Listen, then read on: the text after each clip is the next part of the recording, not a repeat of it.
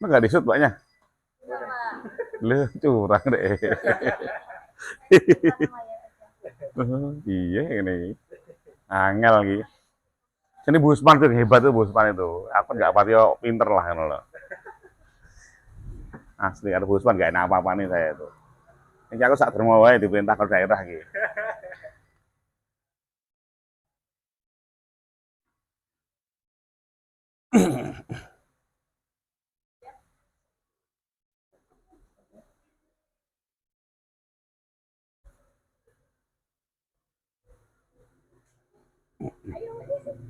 Jadi kita mulai aja dari pertanyaan pertama kita, Ya. yaitu boleh diceritakan nih Pak bagaimana kronologi awal saat Bapak mulai usaha sekaligus mungkin proses apa ya jatuh bangun saat merintisnya dan juga mungkin tantangan-tantangan yang dihadapi ketika mulai merintis usaha. Oke. Assalamualaikum warahmatullahi wabarakatuh. Uh, Awal saya mulai usaha itu dulu tahun 98. Saya sebenarnya lulusan teknik elektro, nah pekerjaannya nggak jelas gitu ya. Teknik elektro harusnya bekerja di pabrik, di perusahaan-perusahaan telkom mungkin gitu. Nah, terus ternyata dalam perjalanannya saya ketika masih kuliah dipercaya untuk mengelola modal. Nah, lulus kuliah, saya diajak bisnis sama temen, nah, itu dikasih modal untuk bikin kandang ayam. Dari teknik elektro nggak nyambung kandang ayam, akhirnya saya coba belajar banyak hal tentang bagaimana mengelola peternakan ayam. Setengah tahun saya duduk di kandang ayam. Ya, memang tidak mudah, ya, semuanya tidak mudah karena nggak ada basicnya, nggak ada eh, modalnya, maka mau nggak mau tenaganya, pikirannya dipakai untuk membuat supaya jadi eh, berjalan bisnisnya. Maka saya setengah tahun tidur di kandang, magang di kandangnya orang, sampai magang di kandangnya sendiri. Terus akhirnya tahun 98 itu saya membuat peternakan ayam, ayam broiler ya. Itu ya tahun itu sih nggak banyak, ya, paling sampai tahun 2005 itu totally populasi 80.000 per sekali panen. Jadi 80.000 itu ya lumayan lah, kecil lah kalau kalau untuk kalau untuk kalangan peternak kecil lah 80.000 itu. Setiap minggu panen itu kecil ya, selama 2 bulan satu periode panen itu 2 bulan, ya, 2 bulan itu 80.000 itu kecil. Nah dari situ berkembang tahun 2001 saya buat RPH, RPA, nah, rumah potong ayam, bukan rumah potong hewan ya.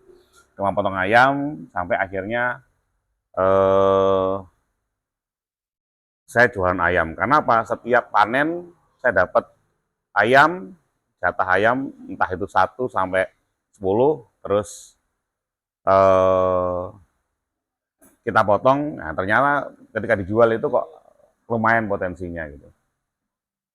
Ya, ketika lumayan potensinya akhirnya kita buat tuh jadi potensi. Tahun 2001 saya mulai motong, mulai saya jual, saya belajar motong, bikin RPH, numpang juga di RPH-nya orang, RPA-nya orang gitu ya.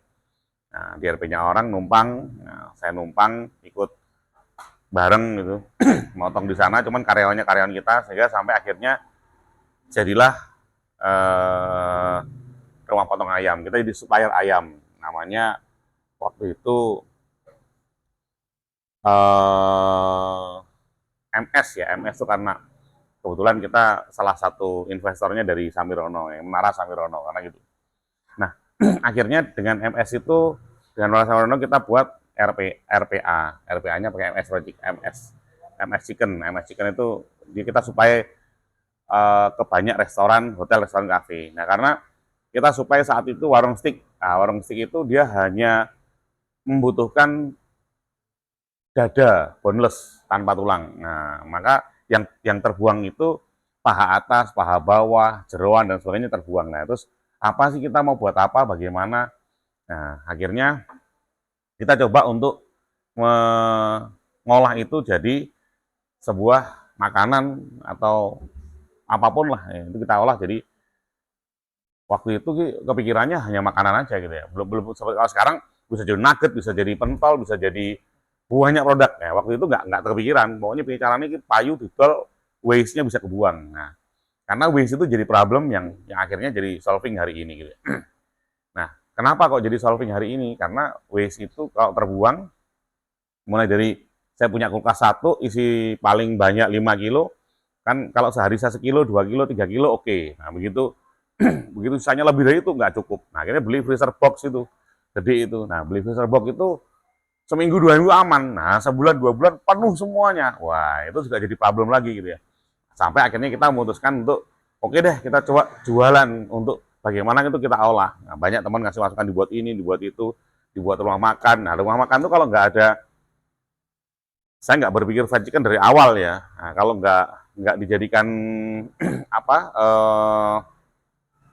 fried chicken ya, kalau cuman restoran biasa pasti akan lama habisnya. Akhirnya buatlah fried chicken. Nah, akhirnya itulah awal mulanya ada MS Fried Chicken. Nah, dari MS Fried Chicken itu awal sampai akhir kita olah dari tahun 2001 itu sampai 2005, jadilah kita kelola terus serius, tambah burger, tambah macam-macam. Nah, dengan ladang ayamnya jadi Dobby Burger. Nah, itulah munculnya Dobby Burger di tahun 2005 itu. Nah, 2005 jadi Dobby Burger sampai sampai hari tahun 2015 terakhir ya. Jadi 2005 itu juga muncullah namanya Cemar 18. Cemar 18 itu adalah backbone-nya semua bisnis yang kita punya sekarang ini. Jadi hari ini kita punya namanya Cemar 18 itu adalah dapurnya, nyawanya, atau apa namanya, ya dapurnya lah gampangannya, yang supply semua bahan bakunya di semua unit bisnis kita yang di hilir. Nah ini hulunya gitu ya. Hulunya namanya Cemar 18. Itu dari 2003, 2005 kita bangun. Ya, berdobi kita bangun itu mulai ada. Kita akhirnya bisa jual keluar. Nah hari ini memang dobi sudah nggak ada, tapi bumbunya masih dijual kemana-mana gitu ya. Nah sampai terakhir kita kalau saya tadi cerita peternakan itu terakhir 2005 itu terakhir sudah nggak peternakan lagi. 2005 selesai, gantilah jadi MS Fried Chicken, bikin Dobby. Nah, Dobby tadi sampai 2015. Nah, dari 2005 tadi ada juga C18 yang sampai hari ini masih berdiri di Jogja gitu ya. Jadi C18 itu salah satu backbone-nya dari unit bisnis yang hari ini ada. Yang hari ini ada, saat ini Kopi, Kapuas Hulu sama Pepper School itu adalah salah satu backbone-nya. Ada es coklat yang Putri, ada merek-merek lain juga yang kita develop. Nah, tadi sampai di 2015 ya, terus kita kerjakan semua tadi. Nah, Dobby juga dengan berbagai macam prosesnya sampai akhirnya 2001 ya, yang kita rugi banyak itu 2001 rugi 400 juta. Kenapa? Karena saya nggak bisa ngitung RPA saya itu pertama kali buat langsung rugi gitu. Kenapa? Kok rugi? Karena saya nggak bisa ngitung HPP. Nah HPP itu bagaimana sih? Ya HPP itu kan berapa beli, berapa jual. Nah sisanya itu saya nggak pernah jadi apa ya, PR yang ternyata itu mengaruh banget jadi penjualan. Nah itu yang akhirnya saya belajar kehilangan 400 juta hanya untuk belajar keuangan gitu ya di level awal. Nah selanjutnya terus dikelola sampai 2013. 2013 jatuh lagi, semua hal jatuh tadi, yaitu itu siap yang 4 miliar lah, itu lumayan itu. Pokoknya itu 4 miliar itu pabrik hilang, ruko hilang, semua mau hilang, mobil hilang, ya itu yang 4 miliar. Nah, sampai saya ada gagasan nyesel, kenapa dulu bisnis ya, ngapain nggak kerja? Kalau kerja hari ini gajinya double digit ya, sampai ketemulah satu momentum bahwa saya pas pengajian dengar satu ayat bahwa kalau kamu iman pasti akan dicoba. Kamu nggak akan, orang itu mengaku iman kalau kamu nggak dicoba. Nah, baru Allah tuh maunya begini. Ya sudahlah, akhirnya saya terima, ridho terhadap semuanya tadi. Nah, setelah ridho baru saya minta sama Allah, yang penting datangkan guru ya Allah yang bisa ngajari saya keluar. Akhirnya datangkan guru. Nah, dari situ saya diajari buat bisnis baru, yaitu donat. Nah, tahun 2013-2014 itu. Dari rugi 4 miliar tadi. Donat itu murah, nah, donat murahan, donat kaki 5, yang harganya seboknya waktu itu cuma 9.000 kalau nggak salah saya gitu ya. Nah 9.000 itu waktu kok kecil banget marginnya. Wong saya jualan donat yang 3.000 aja ngoyo gitu ya marginnya. Masa jualan donat cuman 9.000 itu satu box isi 12. Berarti kan nggak sampai seribuan gitu ya. Nah, nggak sampai seribuan terus apa namanya? Nggak sampai seribuan terus donatnya saya kalau 500 untungnya berapa? Wah, itu jadi problem yang luar biasa. Akhirnya saat dihitung-hitung, nah ketemu juga oh ternyata bisa marginnya ada. Nah, ternyata memang satu hal yang perlu di disadari sama semua teman-teman yang mau mulai bisnis ya. Jadi yang paling penting kita pegang itu adalah cash flow. Selama cash flow-nya masih ada, itu insya Allah aman. Kenapa? Jadi darahnya masih ada. Tapi kalau cash flow-nya nggak ada, ngomong untungnya berapa, itu ya masalah itu. Artinya untungnya sekian ratus juta, sekian juta, tapi nggak ada cash flow-nya, duitnya nggak ada, pasti zong. Pasti jatuh sebentar lagi. Tapi kalau ngomong, wah ruginya sekian ratus juta, sekian juta. Tapi kalau masih ada duitnya, pasti bisa jalan bisnisnya. Kenapa? Darahnya itu di cash flow itu. Nah, itu mungkin salah satu note-nya gitu. Nah, kalau kita bilang dengan prosesnya tadi, saya mulai dari apa 2013 mulai bikin donat dan sebagainya, diajari step by step bagaimana bangun dari jatuh yang nggak karu-karuan gitu ya. Nah setelah bangun pelan-pelan kita develop semua. Nah akhirnya alhamdulillah ya Allah paring ya orang masih bisa percaya Allah masih datangkan rezeki sampai hari ini. Nah ini akhirnya melahirkan Paper School. Paper School itu hotlet-hotletan di awal tahun 2020 itu kena pandemi. Jadi semua supplier yang kita, semua customer yang kita supply itu rontok semuanya. Nah itu sampai bongkar tabungan, bongkar semuanya, ngasih tunjangan ke anak-anak. Nah sampai-sampai nggak masuk akal kita kerjakan di situ apa? Kita menerima pekerjaan yang effortnya 2 kali lipat dengan hasil 50%. Nah, jadi effortnya 2 kali lipat nih. Nah, hasilnya 50%. Wah itu berat banget. Tapi kalau itu anak-anak nggak dilatih begitu ramai mereka pasti akan pusing. Nah, gitu. Itu yang terjadi. Maka udahlah yang penting terima semua orderan yang sulit-sulit yang nggak mungkin kita terima. Akhirnya apa? Menurunkan margin. Nah, marginnya 50%, effortnya 2 kali lipat. Nah, setelah itu baru kita munculkan pandemi geser semua, muncullah Paper School. Ternyata ada loh cara bermain baru gitu ya, yang kita masih bisa hari ini ya, walaupun hari ini polanya berubah lagi, kita mesti cari lagi, mesti belajar lagi hari ini. Nah, dari situlah muncul Paper School. Nah, terus karena saya lama di Kalimantan, ya lama banget di Kalimantan, maka hampir 12 tahun. Nah, di sana tuh ada budaya ngopi. Nah, kopi itu kita bawa ke Jogja. Jadilah kopi yang Kapuas Hulu. Kapuas Hulu salah satu daerah di Kalimantan Barat yang paling pucung dekat perbatasan Malaysia. Nah, itu namanya Kapuas Hulu atau Putu Sibau. Nah, itu yang saya pernah di sana beberapa saat gitu ya.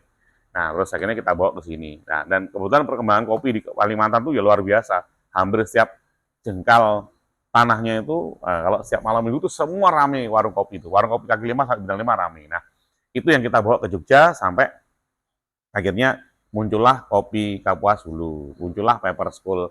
Nah, inilah hasil-hasil akhir yang kita buat sampai hari ini. Yang sampai hari ini ada. Nah, sebelumnya kita juga punya es coklat. Nah, itu gara-gara di Surabaya ada yang viral es coklat namanya di Gresik apa di mana itu. Akhirnya kita belajar ke Gresik. Nah, ketemulah es coklat yang Putri. Nah, terus kita belajar Kalimantan, ketemulah kopi. Nah, kita belajar juga ke beberapa daerah kayak sampai ke Aceh, saya belajar Aceh, belajar bikin mie, belajar bikin macam-macam. Nah, itu sampai ke Aceh gitu ya.